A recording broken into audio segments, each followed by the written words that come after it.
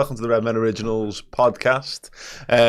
After our long hiatus, we're all back fit and refreshed and definitely ready to talk about transfers. We're going to do that. Outs.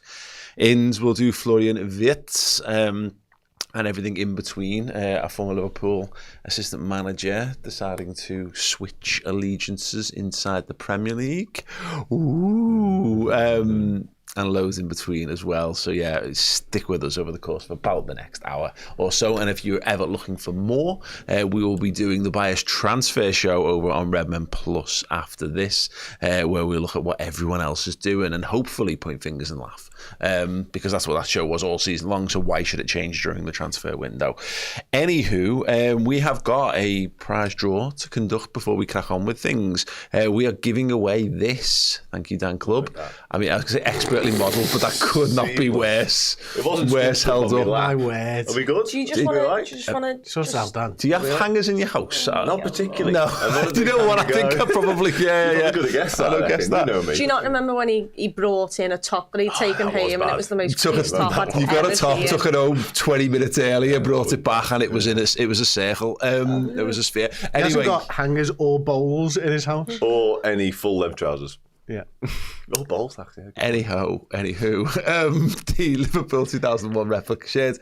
It's got the UEFA Cup file, Dortmund 2001 stitching on it, and it's signed by Gary McAllister. So everyone who joined or continued to be a Legend tier subscriber on Redmen Plus last month has got their name on the wheel of names right now. We're going to spin it to find out who is going to win it.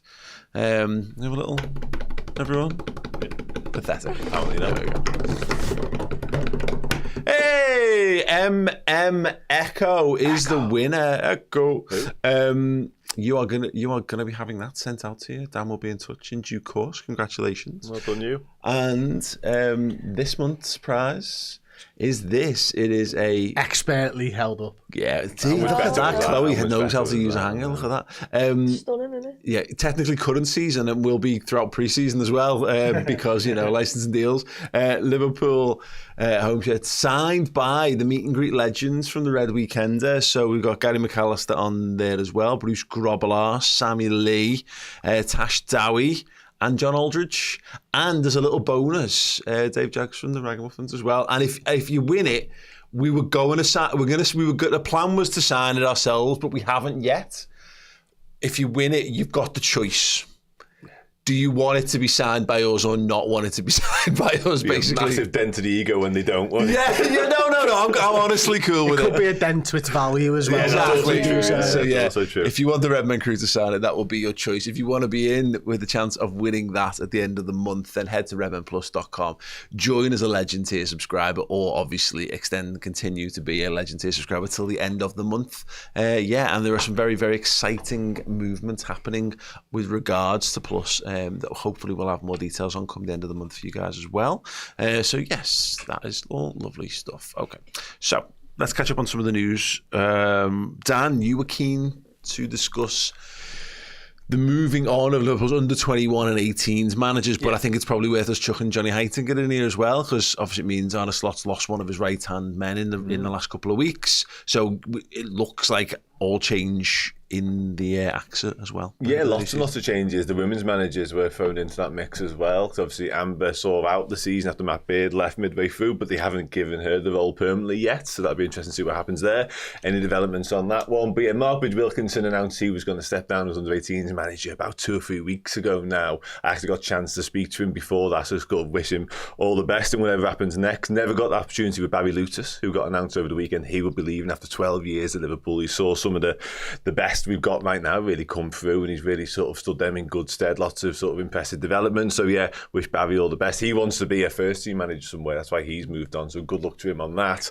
And yeah, as for Johnny, yeah, obviously, they've made a bit of a joke all season about his Everton allegiances prior, but I think it was pretty inevitable that he was going to leave. There was murmurings around January that West Brom was sniffing around him for the first team job there. So no shock to see he would move on at this juncture. But yeah, moving on to Ajax, which is a hell of a gig to get, isn't it, for a Dutchman, of course. So So yeah, lots of vacancies at Liverpool right now, and I'm fascinated to see who comes in all of them. Really, the 18s. There's no obvious candidate in-house, I would say, because the assistant manager was like a 24-year-old lad who obviously is a very good coach, but that's a big old step up to do that job. So I'm really intrigued by it all. I saw something that mentioned, was it maybe the under-16s or one of the tiers down was in the running for an upgrade, but I'd never even heard them. I'm obviously in around that sort of sphere every now and then. I've spoken to people close to it when it got announced that Mark was going to leave, and there was no obvious standout candidate. Now, in the fullness of time, that may well change, and somebody might just emerge and be that person, but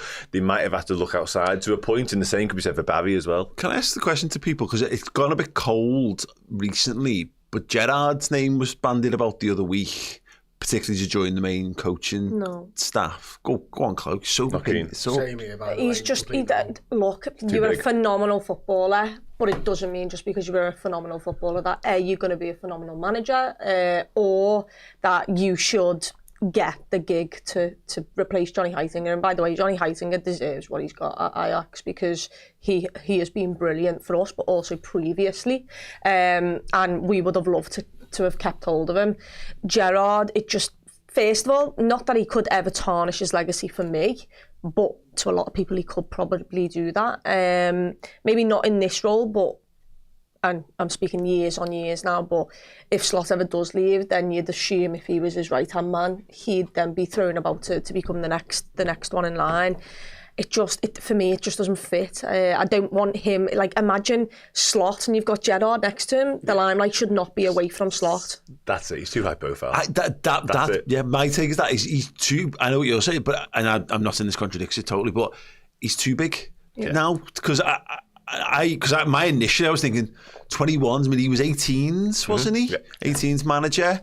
But this is a guy, and it actually pointed out by Douglas Aduga in the comments, as Gerrard won a Scottish title, and someone has to say it. I know it's not gone well for him since leaving Scottish footy. And they want him back. They wanted him back, didn't they? Russell Martin's gone in, hasn't he? Yeah. The fans wanted him back there. I think, listen, I'm the same as you guys. I think he's too big, but I could see how it could be a great sort of reset for Gerrard and his managerial career as well. If you put yourself not in our shoes and you put yourself in his shoes, that is a bit of a step back for somebody of his stature to be able to go, no, do you know what? I haven't done brilliantly since I've left Rangers, and I probably need to go and get better at my craft and stuff. And actually, when you think of it from that point of view, that's a mindset that you wouldn't mind having at Liverpool because of who he is and because of the way that he's sort of approaching the rest of his career.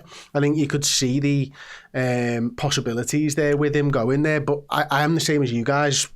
Mostly, I'm like, it's just too big a name. Yeah. You don't want the distraction of it. But if he's willing to sort of step back into the shadows, that says a lot about him and his feelings for this football club. And you should probably open yourself up to that as well. Yeah, it's whether the media allow you to step back in the shadows, like it like you said there, it's the name.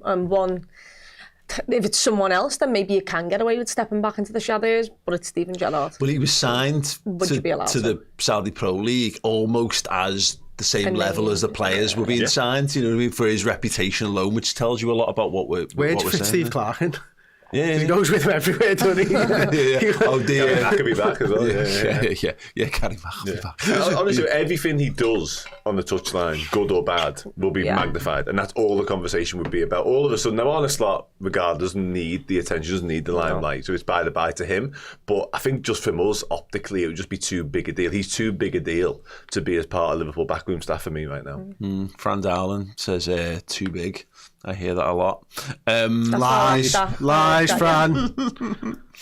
I mean, the other side of consideration of this is Slot side, and which is the most important, I guess, consideration is, does he want? Because we're all saying Gerrard's a big character, and he's got a lot of media attention and spotlight and what have you. If Slot's not asked, then sound. That would be my sort of, I guess, wrapping up point on it really, is if he feels it's not a big deal, because it does happen, big name footballers. Gerrard would have done it, I think, if Klopp was manager. I think he might have considered the step from 18s to assistant manager if Klopp was there. But of course, as we say, he's now gone and won technically, it's a major honour, the Scottish Premier League. But I think Klopp was such a larger-than-life character, and he drew so much attention. It would have not been quite so big a deal, but because of the way, quite understated in the way Slot's gone about it, that might change in the fullness of time when he really gets his feet under the table, if he hasn't already with Premier League title, of course. I just think it would just detract from the manager, personally. I also think, and I go back to it, the record of Gerrard hasn't proven anything to me. Johnny Heitinga, it felt like he was, quite far ahead of where Gerrard is in terms of... That's fair. Well, Gerrard's been... the number one. Yeah, I know you can say it's not worked, but he has managed 3 senior footballers. And let's not forget, are we actually talking about an assistant manager's job? Yeah. Are we? Because it would be a coach. It wouldn't even be that. The Hulse is his right-hand man. Yeah, so it's a first-team coach, isn't it? You know what I mean? That's ultimately what it is. That's what Slot is the head coach. Nowadays, it's very different, I feel, to being a sort of manager. You're going in there, you're working on the training ground with people week in, week out. That in and of itself is a step back for Steven Gerrard. It's probably not what he's been doing over the last couple of years. He's got coaches who go out there and run the training sessions. So it actually, he could be a bit of an unknown quantity in that regard himself, because he's always felt a bit more like an Alex Ferguson type of a manager to me anyway, Gerrard, where it's him and he'll set what he's going to tell people what he wants, but the coaching is left to the more experienced coaches. Well, that's McAllister. Yeah. Exactly. That's what Gerrard has sort of been, hasn't it? So would it be something that his skill set, even though he's won a Scottish Premier League, actually works with? Well, that's again, he's overqualified for the job, whether we think he's a good enough manager or whatever. It's funny that how careers go, because leaving Rangers, he was one solid appointment, like 2 years of being a good competitive manager away from being favourite for the Liverpool manager's job, and now we wouldn't want him back as a coach potentially. Maybe Slot wants someone to take a bit of the spotlight off him. I want Steven Gerrard back at the club, and I don't know what that looks like, and there are only so many ways he can come back. There's no world now where he becomes Liverpool manager. I think that ship sailed. And if it's an ambassadorial role, cool. He loves Liverpool. He is a great natural ambassador for the football club. If there was some way where you could utilise what he's got, he's not going to go and do LFC TV. You know what I mean? He's far too big for that. And it would be a shame to lose him again to something else. Be nice. I just want him back. I want him back at the foot. He's worth money to Liverpool as well, and that's a thing that should be factored in. But yeah, I'm not sure. Really not sure on that one. But again, if Slot wants it, then I'm sure we can all find a way to get behind it. A couple of little bits of housekeeping on the international front, which is not really us, but we'll do it regardless. Curtis Jones apparently played right back for England and played really well. Subbed off for Trent, was he? One of the few that played well in that game, by the way. That was diabolical. Yeah, I was not putting myself through that. Anyone who did put themselves through it is exactly the right terminology, by the way. As bleak as it gets. Like, honestly, what was it? It was terrible. But Curtis Jones did okay. Yeah, that's about it. Post-season international... I didn't even realise it was any of that was happening. I thought they all just got on planes and went to lie on beaches for a bit, and then no. Salah's done that, though. Yeah, good on him. Good on him. I mean, like the fucking Nations League, I get it. I get what it was. It was everyone complains about how fucking shit for international friendlies are. So let's try and spice it up and make them competitive games instead. And what do we have? A bollocks tournament that only apparently Portugal really and maybe the Netherlands really care about. Come the end of it, at the end of the season, mad. Jota won it. Well done. Yeah, well done, Diogo Jota. He's done that. Good on him. Yeah. Covine Kelleher, Chris, joined Brentford. Could be up to £18 million, which feels, I think, a little cheap, apart from the consideration that he only had a year left on his contract. Fair play to him. Be interested to see if he performs. I think he could have gone bigger. Yeah, I agree. Actually, I think you'd probably been looking at it a couple of weeks ago or last week certainly. I'm thinking that's a really good move. But if Thomas Frank moves on and Brian Mbeumo moves on, then he might be looking at it slightly differently. Albeit they are a well-run club, so you'd imagine they'd appoint quite well. But listen, he's got himself into top half of the Premier League size. I think he could have gone a little bit higher, to be honest. But you've got to thank him for his service, haven't you? I mean, he's been an absolute legend at Liverpool in terms of a backup goalkeeper and stuff. Too good, obviously, to be a backup goalkeeper. Won us trophies, a big part of us winning the league last season as well. Spelling Alisson Becker. It just... timing wasn't right for him, was it? I think that's what it comes down to. If he'd have come in a couple of years later, or Alisson was a couple of years older, you know, it probably would work out. And I'm gutted, really, because I kind of wanted him to be the next number one. I wanted to sort of prove that Liverpool can do that, but he's certainly the best number two I think we've ever had. And yeah, I hope he goes on and has a good career, because a proper club man, you know, sitting there doing his job, knowing what his role was, and not really kicking up a fuss when he could have done. Certainly last season, I think everyone knew he wanted to leave, and Liverpool asked him to stay on. Mamardashvili best be dead good, by the way, because, you know, that's... Because Alisson's injury record's not great. Yeah, but also Kelleher's brilliant. You know, like maybe he's not and never will be at Alisson's level, and I think that's not unfair to say that, Dan, because Alisson's possibly the best to ever do it. So, yeah, but it would be a little part of me would be like, because Alisson's already talking about he's got 1 year, he's got another year and an option on top. He's not going to be sticking around forever, but I also get it. Sometimes you can wait too long and miss your chance. He won't be the goalie that he needs to be by the time Alisson steps down, because he won't have played the football, might be Kelleher's argument. I'm massively in favour of what Kelleher's done and decided to do. And what he's always sort of said, really, because we know I'm a massive advocate of going and playing, even if you do need to take a step down in whatever level you're at and whatever sport you're at, go and play, because your careers are short in most things, I think it's fair to say. So what you're doing, sitting around waiting forever. Granted, he got enough football because of Alisson's injury record and because of cups and stuff like that to sort of tide him over, but there's always going to come a point, and obviously we've reached that now, where he just had to go and be a number one somewhere. So I'm massively in favour of that. It's interesting. I hate people. This is from a personal perspective. Like, I would always have taken a step down in my own sport in life if it meant I can go and be a regular and even sort of the first choice somewhere. Absolutely, yeah. Star of the show and all that. But yeah, I think it's interesting because I agree with everything you've said about Kelleher and what a servant he's been, how brilliant he's been when he has stepped into the gloves. But I don't think Liverpool feel like he's ever going to be the best in the world. And to replace Alisson Becker, you kind of need to be in that sort of bracket. He's a very, very good goalkeeper. Is he exceptional? Is he going to be? I'm not sure. Whereas I think they think Mamardashvili might be. Yeah. Hence why, because you're right, the timing of it is interesting, especially when you've got one coming in. We all love and adore Kelleher, so there are those sort of question marks about, well, Mamardashvili best be brilliant. I think Liverpool think he might be, and Liverpool think he can reach something closer to Alisson's level, whereas Kelleher will always be the bracket below. They're effectively, and I know Kelleher's wishes are a part of this, Chloe, but they're effectively losing 12 million quid to change the goalie around this. It's around 30 odd million we paid for Mamardashvili, right? 30, 35 was it? 35, I think. So more than that. You know, it's hopefully that is because they do just see Mamardashvili as an actual upgrade on what Kelleher is as well. Yeah, and obviously they're looking at the future, and Kelleher, we've seen the best of Kelleher, and we also know that we've seen the drop-offs with him. I think Mamardashvili, they just think the ceiling is maybe a little bit higher, and in a couple of years' time, with Alisson Becker's size of him, the ceiling's a little bit lower. Really. with learning on the job behind Alisson Becker as well, I think that's also important for the club, because you could have brought him in a couple of years down the line. The fee is probably going to be higher if he's played even better.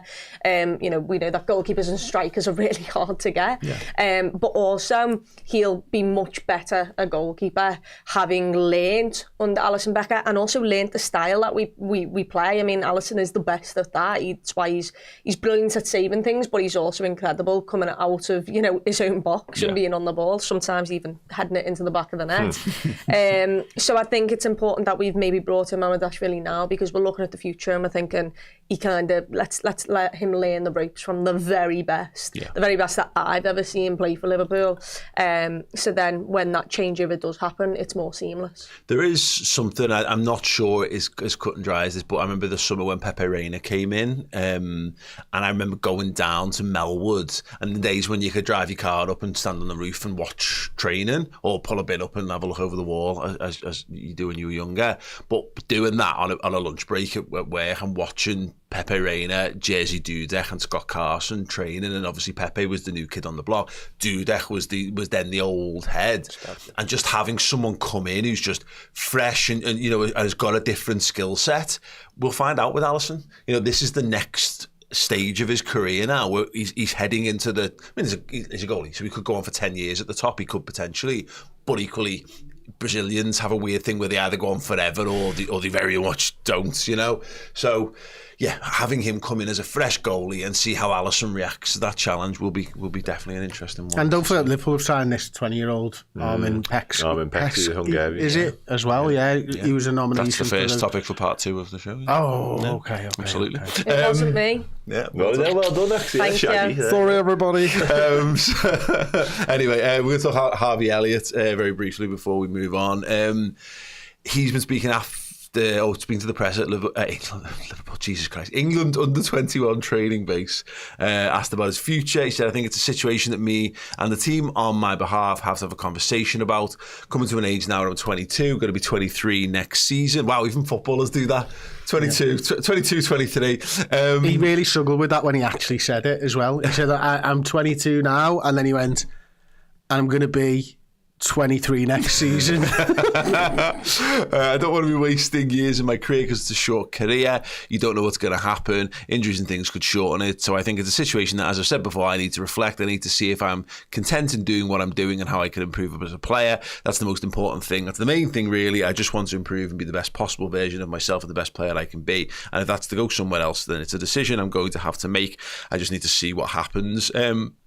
Fair play to him. And it's interesting because a contrast of Chiesa was asked the conversation back in an Italian paper, and he said, I'm well up for sticking around for a bit longer. So, yeah, I think we've all said this, Chris, haven't we, with Elliott?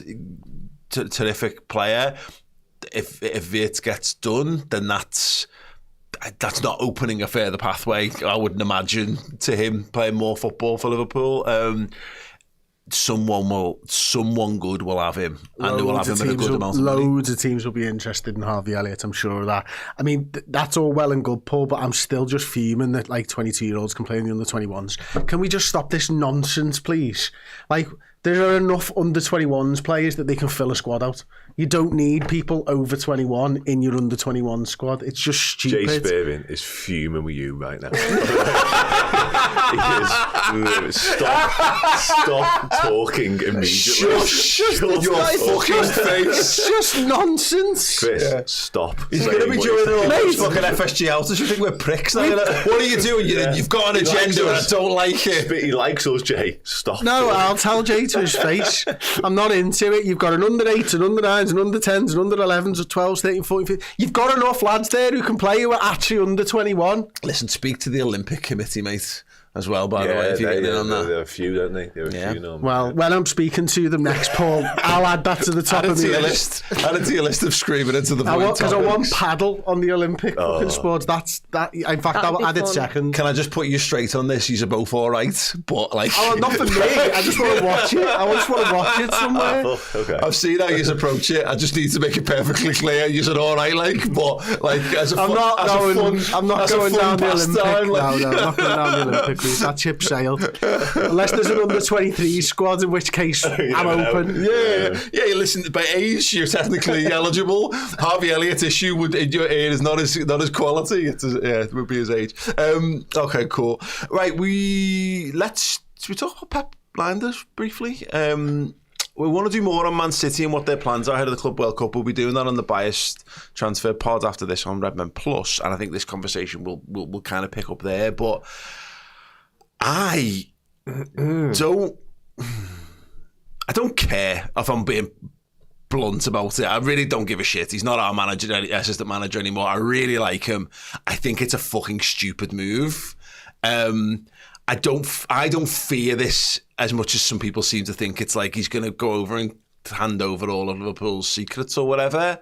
But it is weird. Like he doesn't like Man City. as far as I was concerned, maybe he likes being employed. I suppose that's a different. That's it. He especially, he literally said it's weird that considering the fact he said he won't be an assistant ever again unless it's under Jurgen Klopp. So it makes the whole thing even stranger. And I, like Pep, we obviously spent a little bit of time being prior to him leaving Liverpool. I went over to Austria to watch his Salzburg team in one of their final games before he left. And yeah, he's a nice enough fella.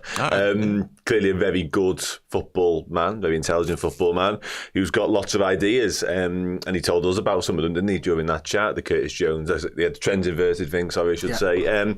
Yeah, but I don't like it. I just don't like it at all. It doesn't sit particularly well with me. I think it would be, from a Liverpool standpoint, I don't think it doesn't matter. It doesn't phase Arne Slot or what we're doing whatsoever, just from a fan perspective, because he was clearly here for such a rich, successful time in our history, to then see him go to the other side and literally jump ship to the other side because Pep's still there.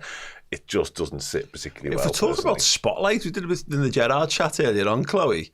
Like Liverpool's long-term assistant manager, who was the assistant when Liverpool won the European Cup and the Premier League, being alongside Pep Guardiola, that's a story, that.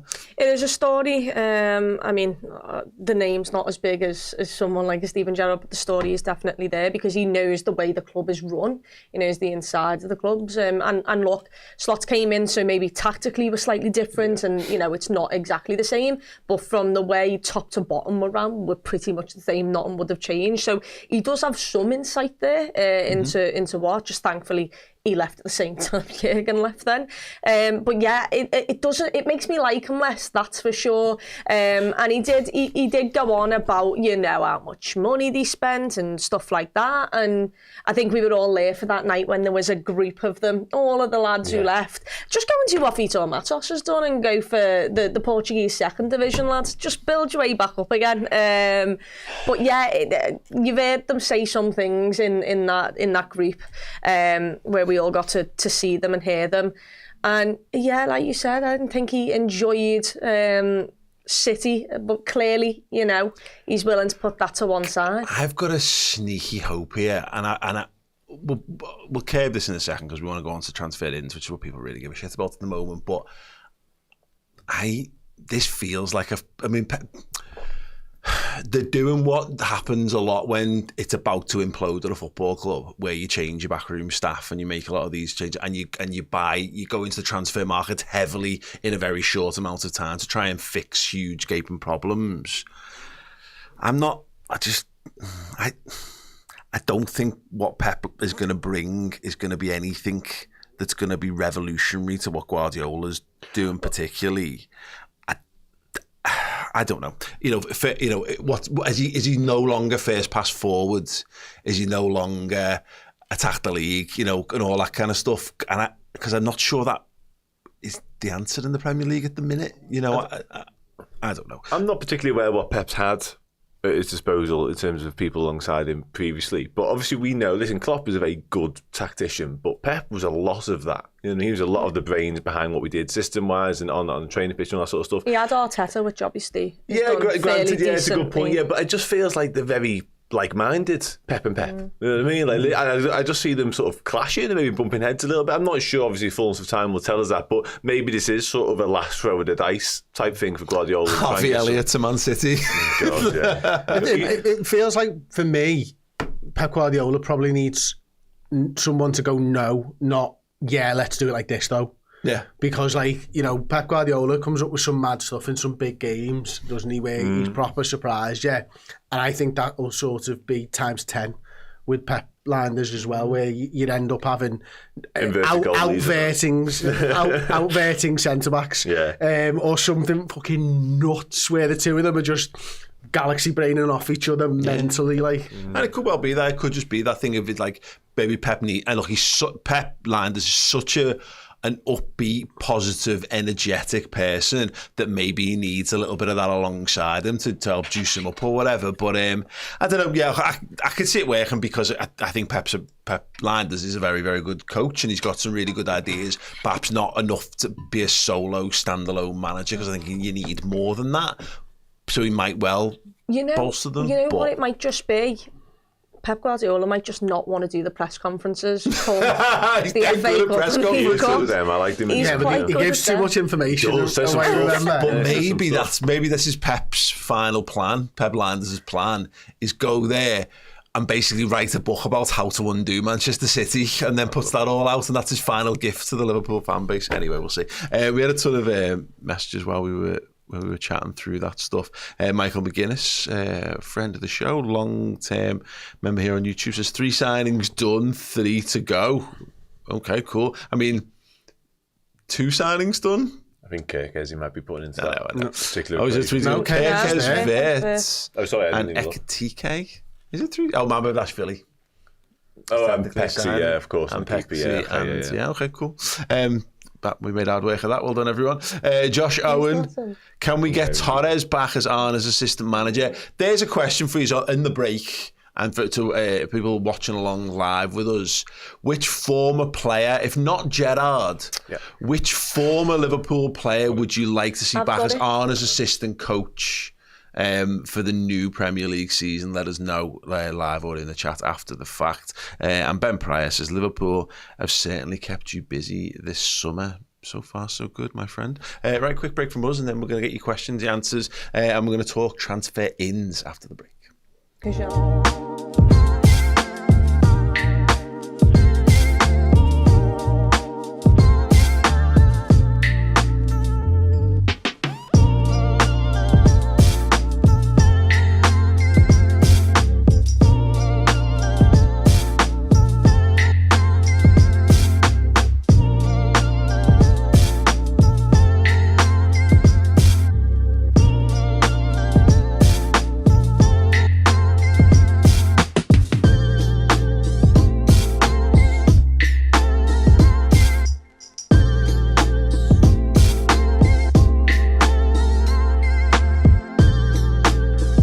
Our Champions range of merch is available right now on redmenmerch.com. Get yourselves kitted out for the biggest party of the season, because number 20 is here in Liverpool.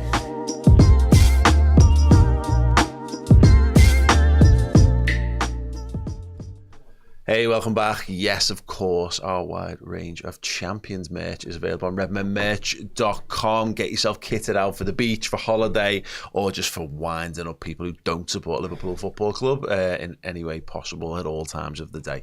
I asked the question before the break. If you could bring back, if not Gerrard, and you had to bring back a former Liverpool player to be assistant manager for Arne Slot this season, who would it be? So we're going to go, right, Steve's not here, right, so I can explain something without him jumping on it before I finished explaining it, like we had on a podcast the other week. We're going to go, I hope he's listening and comes running downstairs. 1, name. So 3, 2, 1, name, okay? What was that show we did that? I was trying to explain it, and we're going to go 3, 2, 1, and he said it. No. Oh, it's fine. We put the system in place. Everyone's going to be cool. Okay. 3, 2, 1. Divock Origi. Who did you There's just say? noise at that point. Divock Origi from Chris. Tiago. Tiago. I like Tiago. Oh, that's a shout. Oh. It's not the answer, but it's a good shout. Oh, what is the answer to that? Dirk Kuyt. Dirk Kuyt. Did Absolutely. you say Milner? James Milner. He's still playing. Premier League appearance record. Dirk is literally a coach. Player assistant coach. We need some cheap fullback options. What can I say? If Andy Robbo moves on, you need to get someone in the dressing room to tell people to get off their fucking phones. Someone's got to do it. I just want Divock back. Divock Origi, I can get like Football that. without Origi is nothing, you know this. Yeah, okay, cool.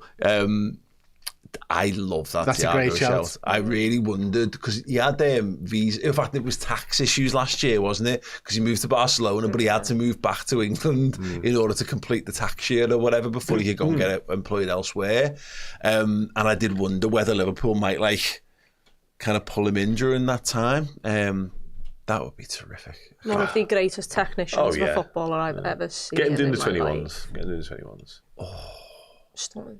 Yeah. The Dutch connection as well. Get Dirk. I've seen a lot of people mentioning Dirk in the comments. Actually, not all of them have been favourable. No, apparently he's not.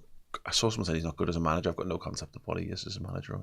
He's done okay. He's had a go. He's done okay. Yeah. But we're not bringing him in to be the manager, are we? Yeah.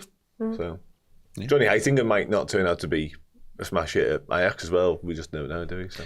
Fran Darling's all over Chloe's shout there, or just really, really enjoying Chloe by saying, yes, Chloe, yes. Ash B says, what a player, Thiago. KJ SJ7s, what a shout, Chris. Shut the fuck. He'd be the best in training still, Thiago, probably. Just strutting his stuff everywhere. Yeah. And then Chris, not this one, another one. He's currently sporting the Conor Bradley and Mbappe t-shirt as we speak. It's not Champions merch, but it is available on redmenmerch.com. Or there's a slightly worse version available on a bunch of other different websites because it was, it was easily copied, is all I'll say. How is that what the face was for? I just don't think I transferred it over to the new merch store, to be honest. Oh, okay. Anyway, I was wondering what was going on. Wow. Cool. Anyway, let's talk about some players that Liverpool have or may sign. Dan, as Chris mentioned, in a timely fashion in part one, Armin Pecsi, aside from Puskás Academia, £1.5 million, 20 years old, kind of came out of nowhere. Yeah, it did, really. He was in Liverpool earlier on, I think over the weekend, actually. And yeah, Liverpool just kind of went under the radar and did this one. I mean, he was just in Liverpool. And He's massive. He'll do. 20 years old, Hungarian, nominated for the Golden Boy. So clearly very highly thought of. A lot of the data, and I've seen himself talking about this to a Hungarian outlet about how the data sort of identified him as an option.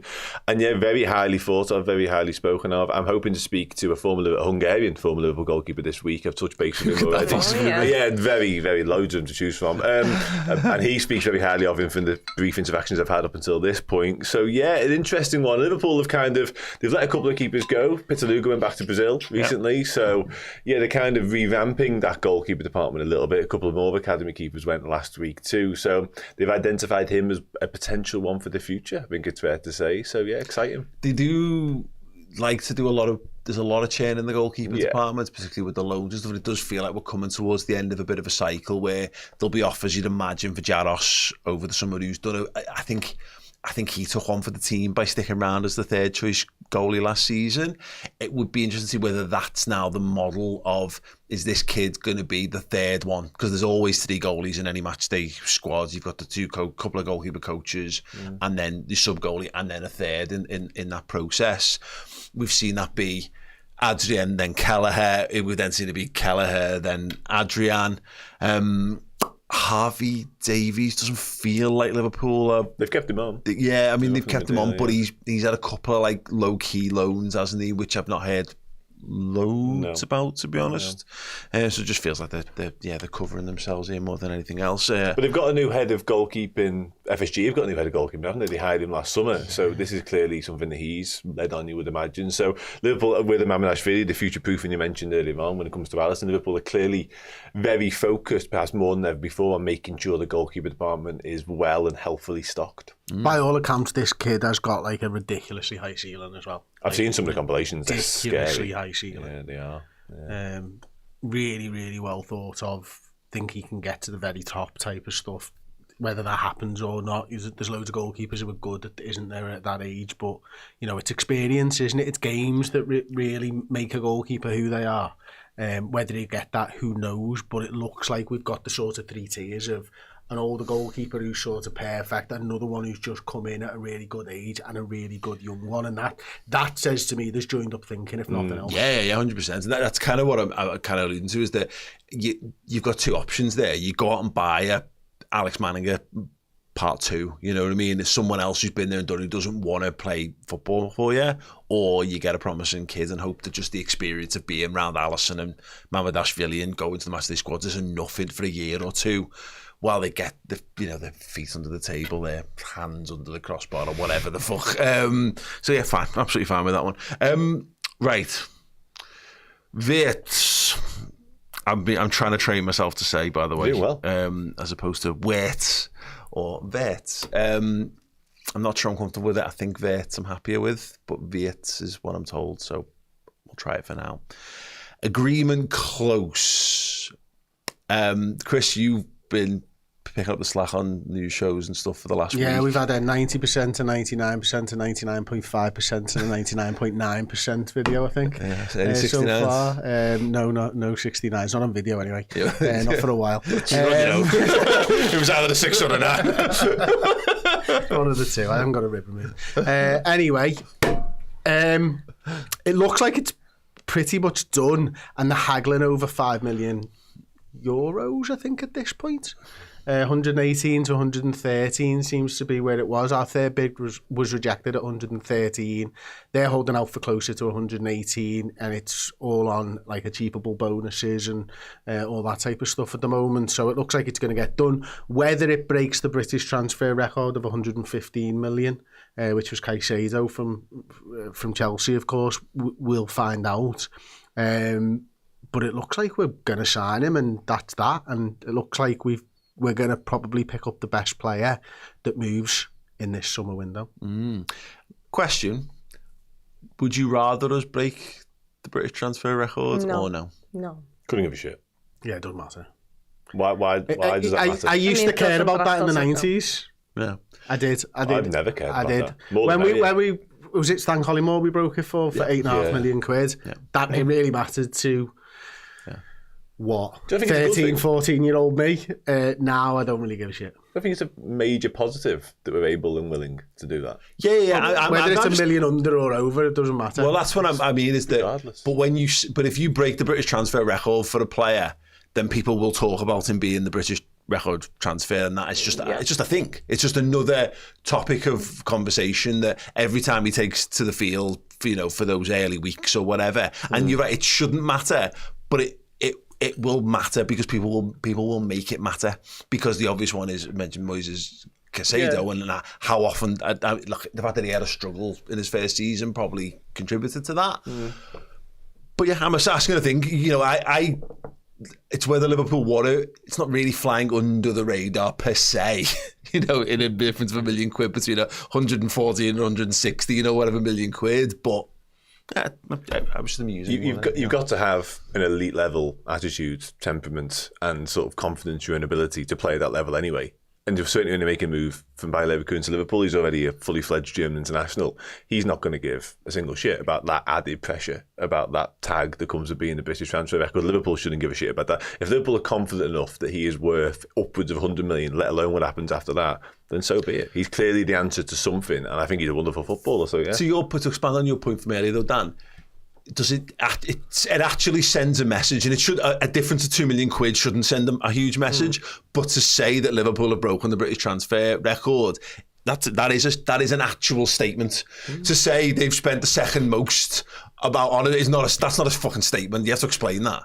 I'm more interested in Liverpool signing the best player, not breaking a transfer record. And if people look back at this and go, what a signing that was, it's irrelevant whether it was a record or not. Virgil van Dijk was the most expensive defender at the time. Yes. That what mattered is that we got the best defender that moved in that 10-year period, not how much Liverpool spent on it. And Alisson was the most expensive goalkeeper of all time for a day and a half, whatever the fuck it was. But it turned out he was well worth it, and then some. Yes. It'll all be how he performs thereafter. This won't be a subject matter come 2-3 years time when he's lit up the Premier League for 2 or 3 years. You know what I mean? He is sensational. Liverpool clearly see him as sensational. Therefore, you go and break the bank in order to make it happen. And the fact of the matter is, if you really want to go and dissect it in more detail, like if you go further back, we spent £10 million now on Chiesa. That's what Liverpool can afford to do this, and then some. Liverpool have got the PSR headroom with which to do this. Liverpool have kept their powder dry in lots of different transfer markets in order that when an opportunity comes along to go and do something that really makes people sit up and take notice, you've got the funds, you've got the resources and the PSR room to do it. And this is exactly that. He's so good. Like there's only upside to this. And the fact Liverpool, and we've often had conversations and people often sort of have a go at FSG for not doing this sort of thing. Liverpool making statements, Liverpool acting like this in this manner with the Premier League title already secured, that's massive. That's huge. So why not? And we said the circumstances are different to the last time we won the league, and even in the last time we won the league we did strengthen. It didn't quite work exactly as we'd hoped, and the season itself was so weird afterwards that it was a contributing factor, of course. But building from position of strength. Was that the Thiago summer? Yeah, it was Thiago and Jota. They were good solid moves that theoretically we were all made up with them as signings, and Jota in particular started so well, started Liverpool career so well.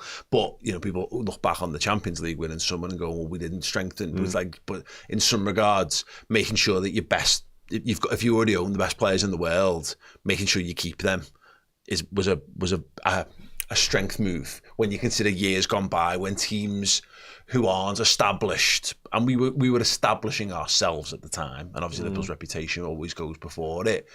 But as we're seeing with Leverkusen, as an example, the amount of times teams pop their heads up, and then like the Real Madrids and the other teams go grab to be able to win a European Cup when you were not outsiders as such, not particularly against Tottenham Hotspur, but to survive that and actually be stronger off the back was a strength in and of itself. If Liverpool sign Jeremy Frimpong, absolutely outstanding player. If they sign Kirk as the best left back in the Premier League last season, if they sign Wirtz, the best player that will probably move this summer, and they sign Van Dijk and Salah down in the same 6 months, that's pretty good, isn't it? Yeah, there's more to come on the back. And there's more to come. Can I just say as well, the fact we've been able to do business like the Frimpong deal, which is 30 million, you could actually take it down to 20 if you want to add, and sort of take away Trent's 10 that we got for him in the end. But the fact you can go and do business like that, McAllister last summer for 35, or 2 summers ago rather, 35, that then smart and shrewd business like that means you've got money in the coffers to do this sort of big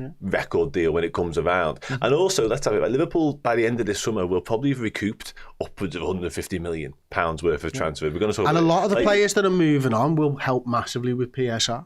Yeah, because of you'd imagine maybe someone like a Tyler Morton moves. There's a potential that Gomez or Kwanzaa move, Elliott, all these types of things. They're going now. I know Elliott and Gomez aren't academy players, but we're not paying their fees anymore, so it goes straight back into the coffers for PSR anyway. Buttons for both of them, comparatively. Well, yeah, obviously it was. I can't remember what the tribunal set for Elliott, but $7.5 million off the top of my head. That's very much a compensation thing, wasn't it? Yeah. I mean, it's huge amounts of academy sort of players that will come back in and bolster us massively in terms of money. Yeah, and I think we get itchy feet on this because, of course, I think the media wants you to.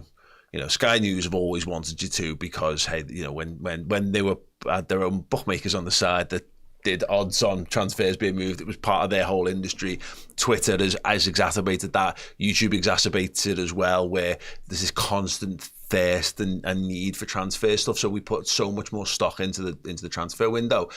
And we've seen over the last few years, Arsenal have been the ones who've been spending big, but it totally overlooks the fact that Arsenal were trying to catch us.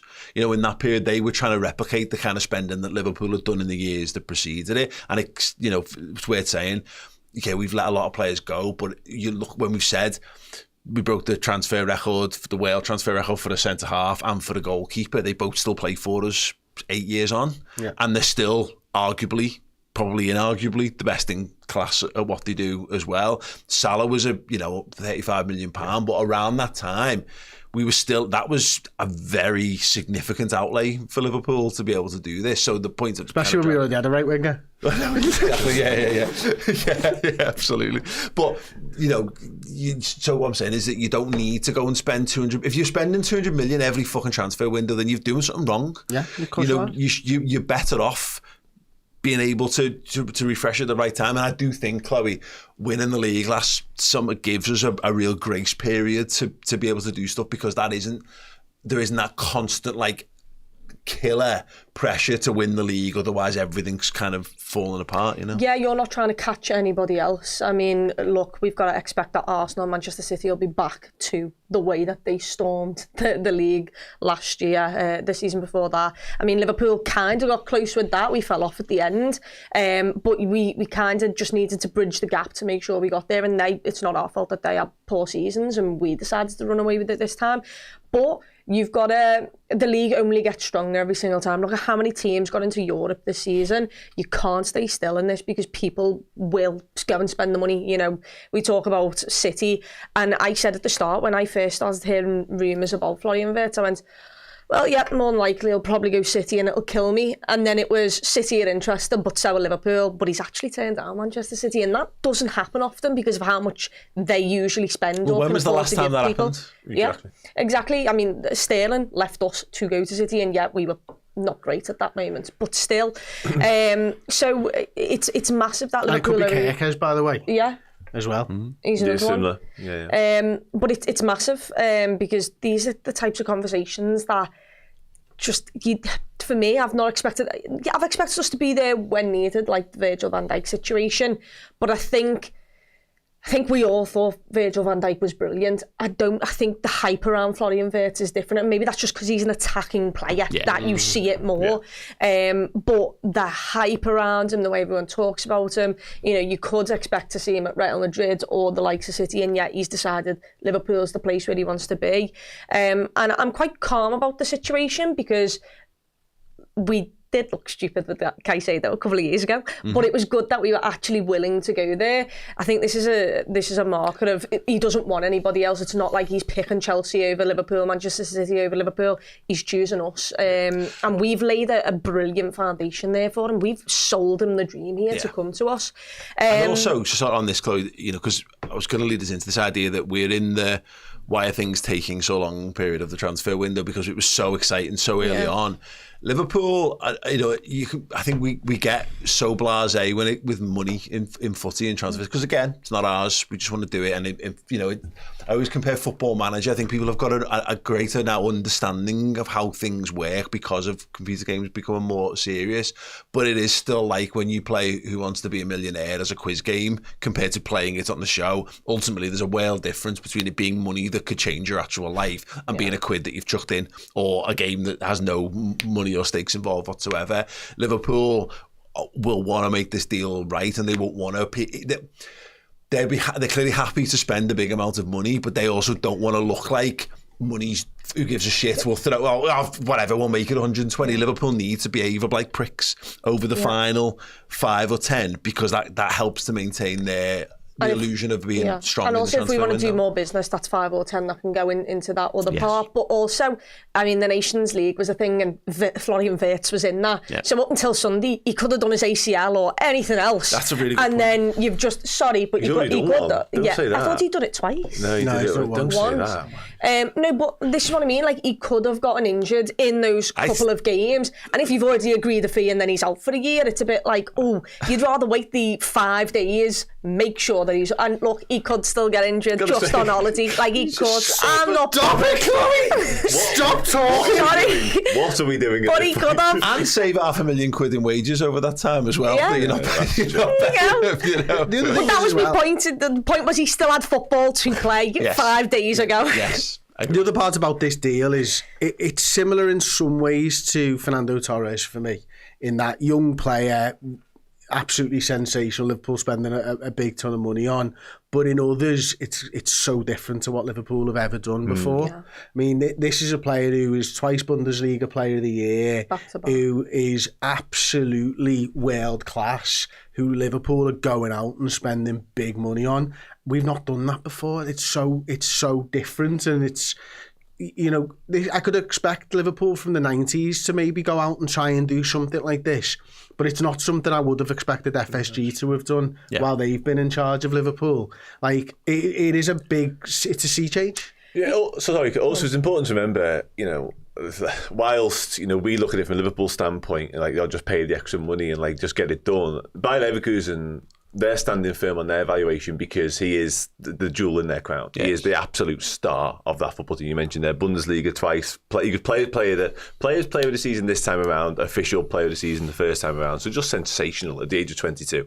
Absolutely unbelievable. And whilst we may sort of joke that Erik ten Hag is now the Bayer Leverkusen manager, so you want to get out as quickly as possible. Like, Bayer Leverkusen are going to stand firm. And this is how German clubs operate as well. This is how they survive. They haven't got the TV revenues that we've got. So it's never going to be a straightforward deal. And whilst we're tough negotiators and we will make every single penny back where we possibly can, Bayer Leverkusen in a very similar situation. Mm-hmm. And also, they've already lost Jeremy Frimpong to us. They've lost the manager to Real Madrid. Like, they're going to be picked apart. I think, is it Jonathan Tah maybe who's going to... He's gone to Bayern Munich. So made a bit of a Club World Cup thing in the end. But so, like, they're getting picked apart. So, of course, they're going to want to try and recuperate because that's how they ran. So they're going to want every little bit of money back to go and reinvest it elsewhere. But yeah, I'm really happy that Liverpool 150 for Frimpong and Wirtz sounds like a good deal, doesn't it? That's the way of doing it. That's the way you're cutting up, exactly. Yeah. But this is how people overlook this. Sometimes funny when we talk about Liverpool spending money, but we rebuilt the midfield 2 summers ago, spent the best part of 200 million, which sounds like a lot of money, but you know, you're right, when you split it up with who you've got, you got Gravenberch and you got McAllister for 60 basically, and then Szoboszlai for another 70-80 on top. Yeah, you know, that the Szoboszlai deal was a huge chunk of money for us, but it's offset by how cheap Gravenberch was, and it's offset by how cheap. Yeah, exactly. We said this all along, and it's hard because we want to react to things in every given moment because the opportunity exists there to do it, and it's hard because I always say, like, sometimes you've got to see how the window goes, and then inevitably you get to the end of the window and you go, well, you need to see how the season goes, and when that season goes, you go, you need to see how the next transfer window goes. It's a bit of an endless sort of cycle of kind of suck it and see, but that Liverpool's full transfer window will determine whether it was worth spending a lot of money. If we blow the budget on him and then we find ourselves totally deficient in other areas, then it's great that you've got a showpiece footballer, but you're still gonna have to go and spend that money at some point down the line. It doesn't feel like that. It feels like we're seeing Liverpool go about this in a really methodical way. I think if you get 3 first team footballers for a league champion side for under 200 million, you're doing well, and I think that's what Liverpool have done. And one of them is about to do. One of the best youngsters in world footy. I mean, that's just where it is. Like, we are in my mind, the unveilings that happen at Barcelona and Real Madrid, you know, where there's a full-on superstar sign. This is what we're talking about here. That is literally what I picture. Like years ago when they were announcing players and they had to do, like, Dembele went to Barca, didn't he? Had to do all these did like stuff. A teleporter for Santi Cazorla, smoke and all that. Just get him out with Dua Lipa. It's a one kiss and I'll be made up. She's the Arsenal fan now. Yeah, she is. But yeah, this is what we're talking about, and it's so exciting. But also, I think the other point for me that's really exciting is I do agree. I felt like we needed to improve the numbers in the number 10 position. But was I sat here going, now that's the area that needs improving the most? It's not. I'm sat there and I'm going, well, I'm pretty sure we've got the left back, which was very important, but the striker, and I feel like Liverpool might also go for a striker. So that's what it's exciting me. It's the fact that number 10, really, I think everyone probably would have gone, let's keep Harvey Elliott, Curtis Jones, Dom, we'll rotate and go big next. Liverpool have gone, F that, we'll sort this out as well as all the other things we want to do. You're right in so much as you look at the Liverpool squad and the age profile, and left back was the big one, and obviously the absence Trent moving on, you're definitively missing a first team quality player in that position. So yeah, but you're right. You could conceivably, and because what we think we understand Liverpool's motives to be behind the scenes, whether you call it FSG or you call it the management structure or whatever, you could have seen a well where Liverpool just rolled on and went with a midfield. But that's what I thought. With everything else, so we stuck with the 6 forwards there. You signed Salah down to a new deal. Everyone else is aged between 24 and 27 or whatever, in 28 with Diaz. You know, there's no one else falling off a cliff in the attack. You need to bolster one more for the midfield if we still think a 6 or whatever. But you know, you could have seen this being a window where Liverpool maybe spent smart again. You know, you spent by a few £30 million players or whatever. But yeah, they decided to go big. The one thing I want to just ask, because it got me thinking when he was talking just then, I used to have this thing in my head that when Klopp came in, Liverpool moved into this world where your best players could cost whatever they cost. Like they could be super expensive. So like the Collingwood thing, you know, you have to spend really expensive on your star players. But I think in Klopp's early years, the average squad player became like 20 million quid. And Liverpool needed to get to that position. We had a lot of lads who weren't worth 20 million quid. What would you say at this point is the entry value to be in a Liverpool in this Liverpool side or Man City side? Frimpong's fee. No, it's higher than 40 to 45. 40 to 45. Yeah. Frimpong's release clause, that was just but what I'm saying is Liverpool will still do those deals, and we'll make because that's what we usually buy players who we think could be world class, but we make them world class, and that is the difference. Florian Wirtz is world class already, so that's why I still think we can do the entry fee of that, but like you said, probably 15. Can I say something controversial? Please. I actually think the better value could be at the higher end of the market. Okay. I think the lower end players have got so expensive that it's actually worth you going and shopping at the higher end. It's something I want to pick up on the Bias Transfer Show about what Man City are doing in the transfer market and have done in the last few windows in the transfer market, which is I think is you sometimes you're getting gems who can go up, which is what Liverpool have done really, really well. But sometimes you're buying lads who just aren't quite at the level, and there's a tax almost with not spending the extra money sometimes. You know, we saw that Haaland is the prime example.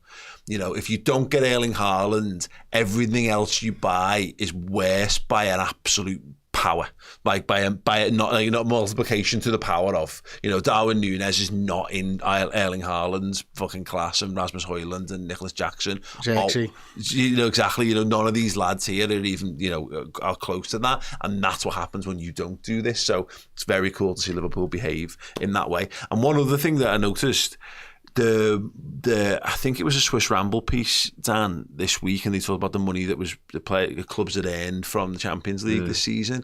Apparently, we got 98 million from getting to the round of 16. Now, in my mind, that was winning it. That was winning it in 2019. Yeah, absolutely. Yeah. So we got the same amount of money for getting the round of 16 as we did for winning it, and that's where you need to see Liverpool are actually going, well, yeah, fuck it. It's worth us. We would have got 100 if we'd have beat PSV. Yeah, I think that's right. It was reported on at the time, post-massive group league stage, wasn't it? That was what Liverpool earned. Did you get like €3 million a win or something? And obviously we were so dominant. And that was a lot of talk around the PSV game, the selection, because people actually point to the fact we might go stronger because of the money that you get for winning games. But by that point, it was negligible. Did we make for winning the Prem? Well, that's the thing as well. That you add that to, I'm not entirely sure the answer to that, but not just in terms of your straight up winnings, but the commercial revenues that come in there after. We've got a big new kit deal coming along as well. You know what I mean? Liverpool are in such a rude health off the pitch right now. I can't remember how many 3 p.m. kickoffs we had, but it didn't feel like a lot. No. And that's not going to change anytime soon. Ask Stian Errol. They probably notches on the wall. We had a couple of super chats. Michael McGuinness back again says, should we move Gomez and Quanta on or keep them? Gomez is up to him for me. I'd keep Quanta around regardless. I think Gomez is entirely up to him. If he does go, I'd sell go Gomez. And do it. I'd sell Gomez. Oh, I would as well. But are you having to replace him though? I would use Enzo as our like little utility man around all that type of stuff. I don't know. I'm keeping it. If it means that we've got... How many games did Endo play compared to Gomez last season? No, but that predominantly as the six. Predominantly as the six. I'm not sure you can do that much of a job as centre-half and right back, personally. Are you keeping Stefan Bajcetic then in that case? That's the question. I'd have a look at pre-season, I think I said, on Bajcetic. Decide what you're going to do over pre-season with him. I agree, but I also thought Harvey Elliott had a wonderful pre-season. Then he never got used. Joe Gomez played exactly the same minutes as Wataru Endo. I love that. Yeah. Exactly the same. Exactly the same. 3-minute difference. Wow. Who played more? What's up? But yeah, in terms of overall appearances, you're right. How many matchday squads was the difference? Endo, dominated the. But it made, You know, you're right on the Gomez thing. You never know, do you? He could have a season completely injury-free because he has had them. I just think, for me, I would get... The problem I have is... You're weaker at centre-half if Endo... You've got to replace him. Yeah. Oh, yeah. That's the problem. You're not doing Kwanzaa and Gomez, selling them both for me. But I also just think with how much we're looking to do, we've already done the right back, you've got your left back, you've got Florian Wirtz and then a potential striker. I'm hoping that's a thing, like, to add more onto that and cause yourself more problems. And I get that, you know, that his value will be higher this summer. There's no need to sell Quanta because You're creating a problem there. Yeah, exactly. Yeah. You know, he can do a job for Liverpool next season. He absolutely can do, and he's young enough that he can still develop. He's a problem. You can kick that down the road another year by keeping him around and decide what you want to do with him. Can you play him a few more times in Van Dijk's position on the left of defence and see a bit more of what that looks like? Because I have a sneaking suspicion that will be better for him than playing on the other side. The Gomez thing is, you know, I think you need someone like that in the squad, and so you'll be making a similar problem. We had this, it was Gerrard last summer, wasn't it? It was just so obvious. He's there, he was on the cheap, let Gomez go, bring him in, he knows the manager already, but obviously he moved to the Bundesliga and that's kind of put paid to that. After being in the West Ham away. So you do, I think a fit Gomez is so good. I think Liverpool are looking at it like he's a saleable asset and Endo's not. Yeah. To be honest with you, I think that's what they'd be looking at, and they'd be going, I think we can stretch 30 million out for Joe Gomez, maybe even more. What were we talking about with Newcastle last summer? 40-ish, was it? So I don't think it's that much anymore. But I do think they're looking at it, whereas I think Endo, you're looking at 5 to 10. Yeah, and Endo's not going anywhere, is he? He's going to see his contract out at Liverpool, you know, or at least do another year. Because you'd have to kick him out, and you're right. What's the point? He's happy. He trains dead hard. He's a good character and experience to have around the place. And you're right. He can do DM and centre half, which is absolutely fine for us. But if you're telling me he takes Gomez's place as the fourth choice centre half, I think Liverpool will look to sign a young centre back. And make a £20 million profit off the Gomez fee for 3 centre half. To be honest, that's what I think they do. Interesting. Raj Desi, the question, he keeps saying it, and I am very keen here because I'm aware of how people get wound up and then get really disappointed by things because I've got children and I know what Christmas feels like. The striker thing really makes me dead nervous, but Raj Desi asked the question, after all, which striker are we signing then? I don't like talking too much about, because the Wirtz stuff isn't done yet. Yeah. So like, let's complete that and then really enjoy that for a bit and then see what kind of comes next. Because there is a world that might be it in terms of attacking players. It might be. Let's be blunt on that one. However, Dan. Yes. Ekitike, like, it's gone quiet again on that one. Chelsea looked very much it. They've signed Delap, but the talk was they want Delap and him, but they still own Nicholas Jackson. There's no way. Well, no. There's no way a normal, sensibly run football club would own 3 centre forwards and only play with 1. But this is Chelsea. But it's Chelsea. Yeah. But do we think that takes away a suitor for him potentially? Yeah, no, I don't think it takes away a suitor because I think Chelsea are still keen. Looks like they might sell Nkunku this summer, and that's just a forward option to go out the door. They've already sent Jadon Sancho back to Manchester United again. Another forward option's gone out the door. So I do think they are our main competitor, if you want to put it like that. I'm not entirely sure Liverpool are completely set on Ekitike personally. There's a whole pool they should of options. Be, by the way, because having a centre forward with a name that mad that's a palindrome. Get him in. Straight away, yeah. That's a once-in-a-lifetime opportunity. As soon as I found out it was a palindrome, I was like, get me that. Yeah, deep dive on it. Now. Reads the same front and back, by the way. Yeah, by the way, yeah. That's just wild, mate. That's just wild. Found that out last night. Last week, my head fell off. I was like, just buy him. Yeah. Just buy him for that. Fuck it. I'm not entirely sure that's how Michael Edwards' laptop works, but still. He's a big fan of the Da Vinci Code.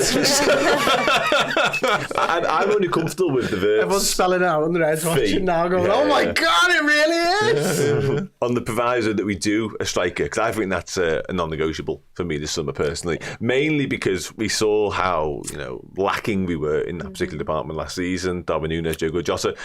Wirtz doesn't answer that. Wirtz isn't a false 9 for me. He can do it, but he's better with runners ahead of him. We won't get the best out of Florian Wirtz playing false 9. That's simple. We'll get the best out of him in a 10, right at the heart, right at the fulcrum of what we do creatively. Dan? Yes? Stop you there. Go on. In Jurgen Klopp's first season, we played like 4-3-3 a handful of times, and we looked really good when we did it. And so we moved from Klopp's preferred 4-2-3-1, which we were all convinced that he was going to do, into this 4-3-3, and that became our formation moving forwards. What if he really wants 2 10s as the forwards? What if he saw that fucking Curtis Jones Szoboszlai thing? We did that against City, didn't we? He did. Yeah, we did it against City, against Spurs in one game as well, I think. It's worked, of course it has, but the sample size is too small for me now to go, that's absolutely the answer. I just don't, I'm not sold on Wirtz. When the Wirtz rumours came out and then the centre-forward rumours came out, that's when the excitement level went up for them. I agree. That was it. Because you're making it, you feel like you can make it work, but putting a centre forward there makes it work. Nunes is going to go as well. That's right. Nunes is going to go. He's not 100% sure, because I've heard stuff differently in the last 2 weeks. He's gone. He's going. He will go, but it goes back to that point of, I think, by the way, let me make this perfectly clear, because it always gets misread when I do things like this. I just like to run fucking scenarios. That's all I really like to do. And also, I'm critically aware of how people just do their own heads in by getting too far down a fucking excitement rabbit hole or whatever. But the problem with the centre forward thing is the same problem we had a few years ago. Is there a outstanding candidate out there? There are lots of candidates out there. Liverpool won't move if they don't think there is. And I think that's actually probably highlighted best with the Wirtz transfer, because I think this is one of those where they didn't plan him. I think it's come out. They thought he was going to Bayern Munich. He wasn't in the reckoning for Liverpool this season, and then he's available and Liverpool go, well, right, we've got to do it. And I think actually this goes back to Virgil van Dijk's move, and it goes back to Alisson's move, and it goes back to Keita, whether you think it worked or rightfully you didn't think it worked. Liverpool are opportunistic in the transfer market. You can look at Frimpong, McAllister. These are all things where Liverpool have gone, that's the right player for us. Alisson was the prime. Caicedo had a dip at it as well. Liverpool will move when it's right, and Liverpool will sit when it's not right. Yeah. And they won't just buy someone that they think there isn't the player that they want anymore. How do we survive? Sorry, let's say Darwin Núñez does go. How do we survive? That's very dramatising the situation, of course it is. But let's say Darwin Núñez does go, we can't go into the season with just Diogo Jota as the only viable. But if you think about it from the perspective of, you've got at the moment Wirtz is playing in the 10. Well, then where's Szoboszlai playing? 8. And then where's McAllister playing? You just get where's Gravenberch? Elliott's going to go, so it's still 4-5 as a midfield department into 3, isn't it? Yeah, but potentially. But this is the thing. Again, it goes back to not understanding the full breadth of it. We were all like, surely we've got to go and do another defensive midfielder. We've got to go and get someone else in to do that. Wirtz might actually change your plans on that. And as we talked about it a couple of weeks ago, just drop Szoboszlai back a line, and then that'll be sound. At the moment, our centre-forward options are Diaz, Jota and Núñez. It might mean that you can't get your centre-forward, but you can go and get someone else to play on the left. Just bring me Alvarez. I do want Alvarez. And that's me set forever. I'll never whinge about a transfer window ever again if you get me Wirtz and Alvarez in the same window. But let's say they go back for Anthony Gordon as an example of that instead. That's how you square that off instead, because it goes back to it. Is Gyökeres, Sesko and FTK, João Pedro the ones who are all being floated around?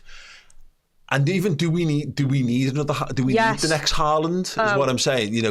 Sorry, still yes. Yes, true. But you build a team around that. You change your style for someone who's that kind of good, or are we just looking for someone who's gonna knit the whole thing together a bit better than what Jota and Diaz were doing last season? I think it is probably that. And again, I think that.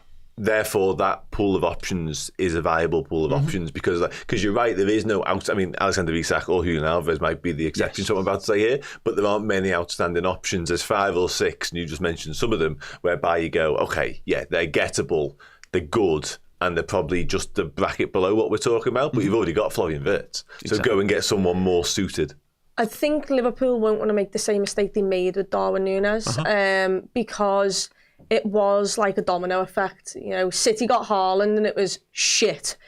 Roberto Firmino is leaving. We need the next crop of players.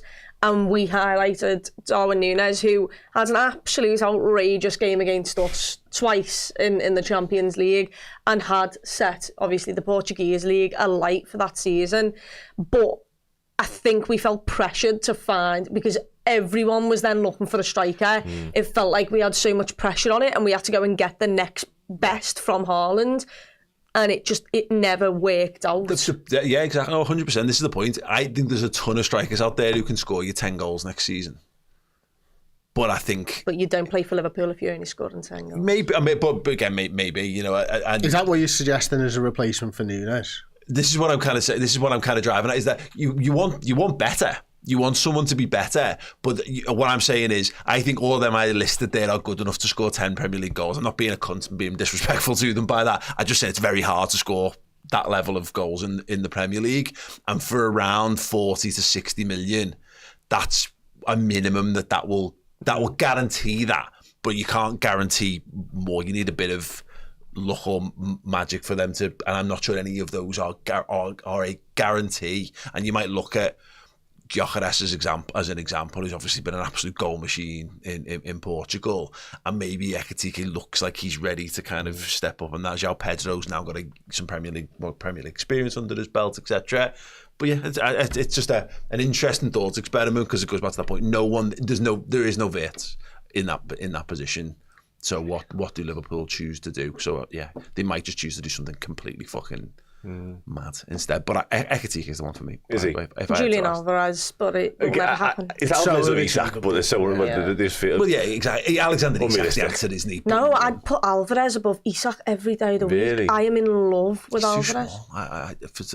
He can play anywhere. He's an absolute joke of a footballer. Yeah.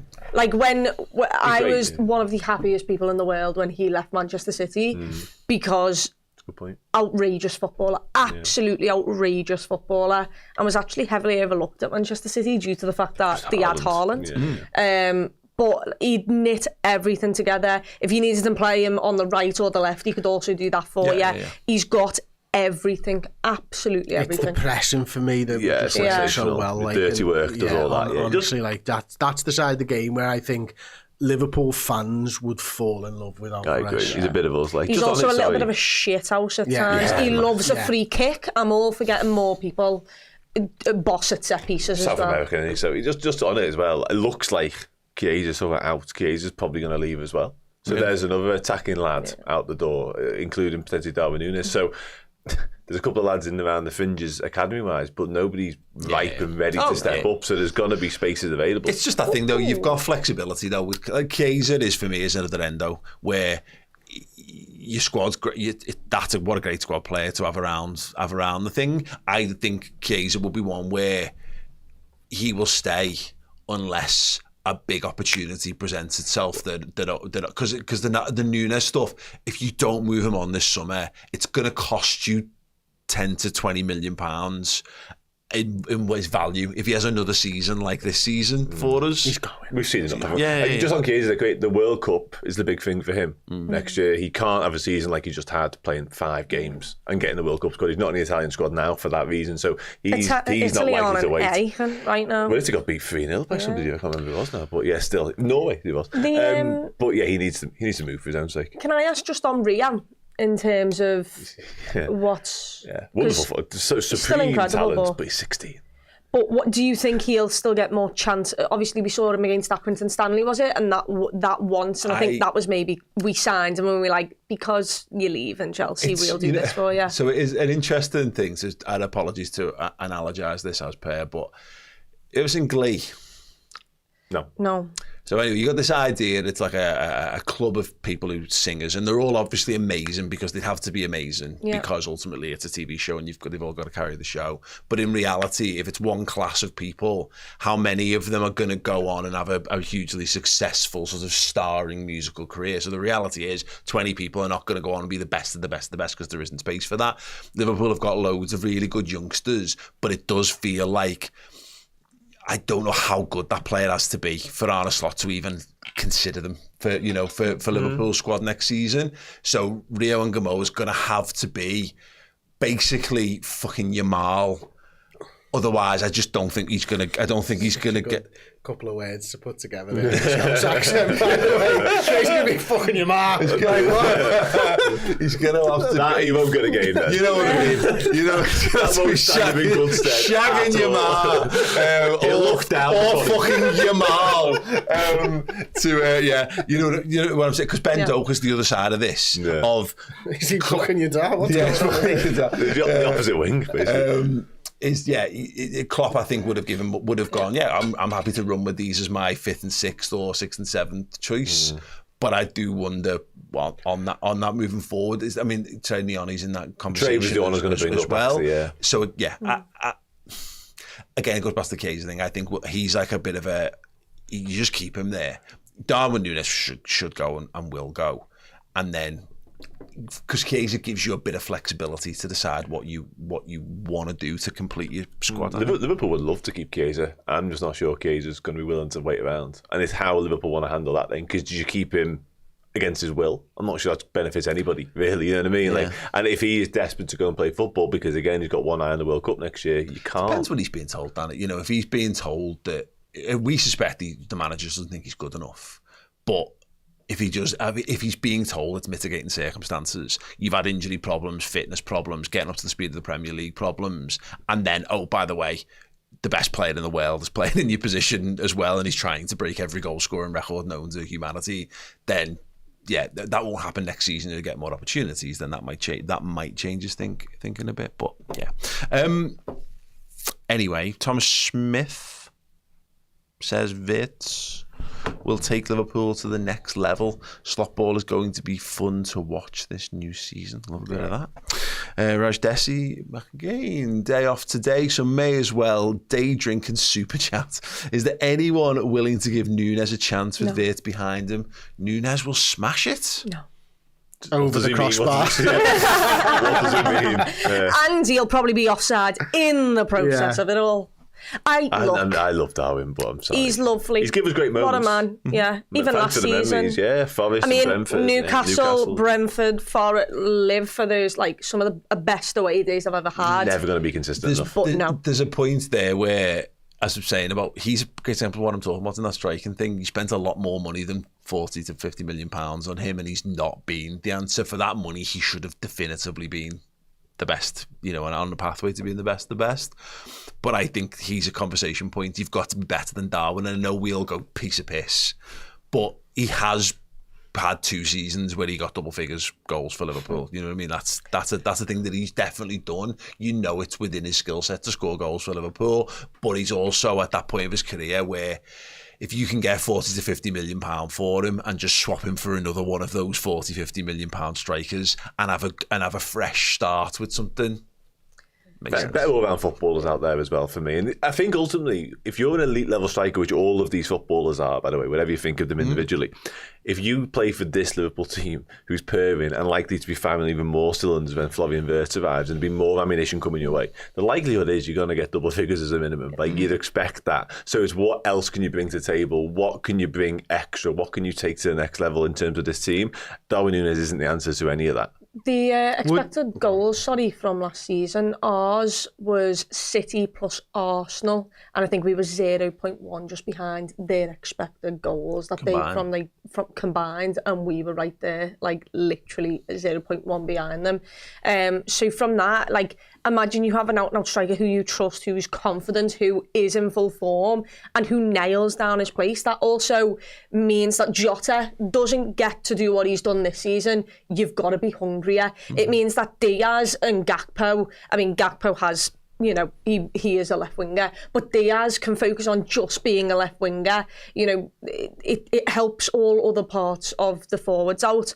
But one thing we didn't mention was Florian Wirtz coming out on Instagram and basically saying, I'm not trying to rob the number 10 shirt off anyone. Like, I loved that. Like, it was why a didn't bit you just fucky announce to Plettenberg, wasn't it? Yeah, it was really, yeah. Yeah, I love a bit of that. But yeah, but it goes back to our point. I think Jota's terrific, and I think Darwin Núñez can be a handful in his own way, but it is encouraging that because it's hard. It's a lower. I think it's a lower bar to entry. It's a bit like we're saying about the left back thing. I think Robertson's tailed off a touch, and Tsimikas is what Tsimikas always was. So actually, I think you're capable of. There was a slightly deeper market in there for you to go for, and we are lucky this summer that there are a number of options that might all do a little bit. Can I ask a question then? For a poll as well, please, Aaron, if it's okay. If Arsenal came in for a bid of £50 million for Darwin Núñez, no. Would you? No. Accept? Yes. Would you? Yes. I would. Let them fucking deal with that for you. I have not no confidence that I'd say no to Chelsea. For me, that was me. He's done. He's never going to happen. That's true, okay. No, I'd still say no. I'm not helping them out in any way. If He it might was be the good for them. only bid on the table. Can you imagine? Have you seen how much fun Chelsea have Chloe. had with Chelsea fans have had with Kai Havertz, the Kai Havertz thing? Like, you know what I mean? Like, imagine every time he misses one, and he's gonna do that because that's who he is. He still score 20 goals, but you could still laugh your head off for the fucking 50 others that he absolutely screwed. In my head, I'm fearing he's going to be the Nunes of Benfica, and I know he won't be. But in my head, that's what I'd have to live with, and I can't put anything on that. That fear scares me 50. too much. 50 mil. No other bids. But imagine, look, I'm doing it. I reckon Nunes loves us, but there would be a big fuck you. I want to prove just how good I am, and that scares me. That scares me a lot. Have we got the poll result? It's still going, 122 votes so far. Okay. By the way, there was something else I was going to... Oh, wow. Go on, Chloe, finish your point. The other thing I was going to say was the problem I have with Nunes right now, because I think you've just said if Florian Wirtz comes in, do you give him another chance? He doesn't create chances, right? Like, he's not on the end of any of these chances. Like, at least under Klopp, he was getting those chances and he was missing 9 out of 10. Chances you play centre forward though, because we don't create chances for centre forward. You never know. If you actually get a really good, decent centre forward who can stay fit, who knows? And a number 10. Yeah, and a number 10 in behind. I think we will. Okay, wow. If Arsenal bid 50 million for Nunes, would you accept? Of 200 votes, no takes it with 53%. I thought that would be the thing. Absolute shit houses. Sorry. I am the face of that. Because you've got to counterbalance the fear of seeing him do it and then challenging Liverpool and potentially being the thing that costs the title, but also Arsenal fans having their heads fall off every week when he's constantly offside and he's spooning stuff from 2 yards out. Oh my God, yeah. Imagine how good that'd be. Oh, it'd be quite funny actually. But I fear the other outcome too much. Okay. I think we have one more super chat or two more. Paulie says Diaz will slide in the 9 this season.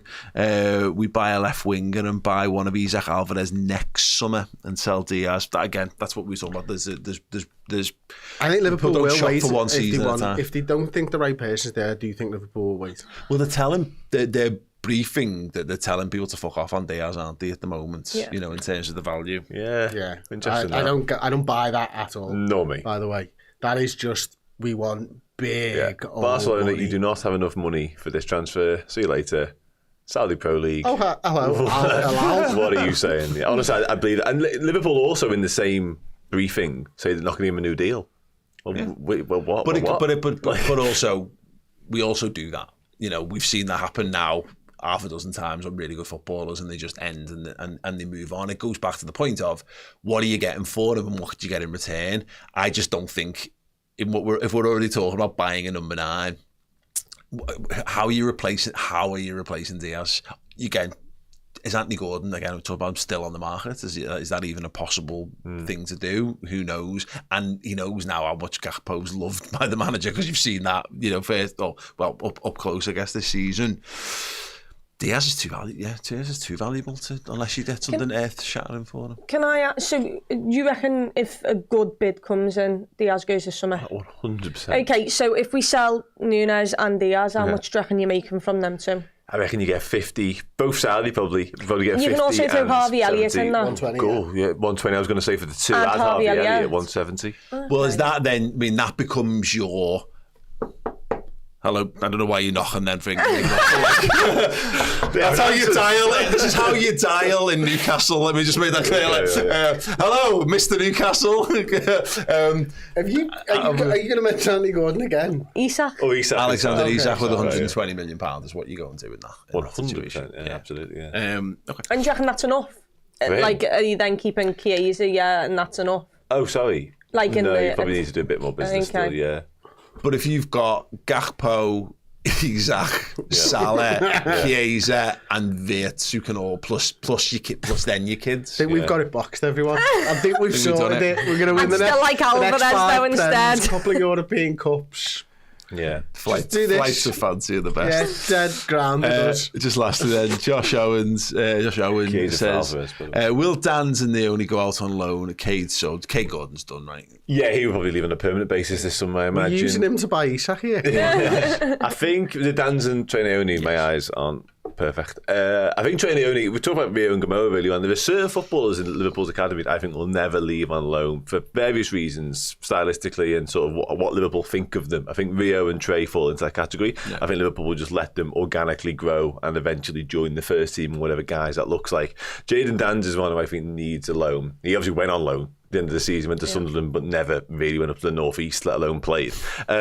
He does need a loan. He needs a permanent season-long loan, if that makes any sense whatsoever, and get a full season under his belt at Championship level, score 10, 15 goals and come back with that experience personally. Okay, cool. Wow, this show went well longer than I'd anticipated, so good job we started in early. Your face, they are. Right, yeah, we've got more to discuss though. We're going to be doing the transfers in from Liverpool's biggest rivals so far, the sacking of Ange Postecoglou, and some theories particularly on Manchester City's transfer business and why it might not be for the best. So yeah, come and join us over on redmenplus.com for the Bias Transfer Podcast. And yeah, I hope to see it over there. Ta-da.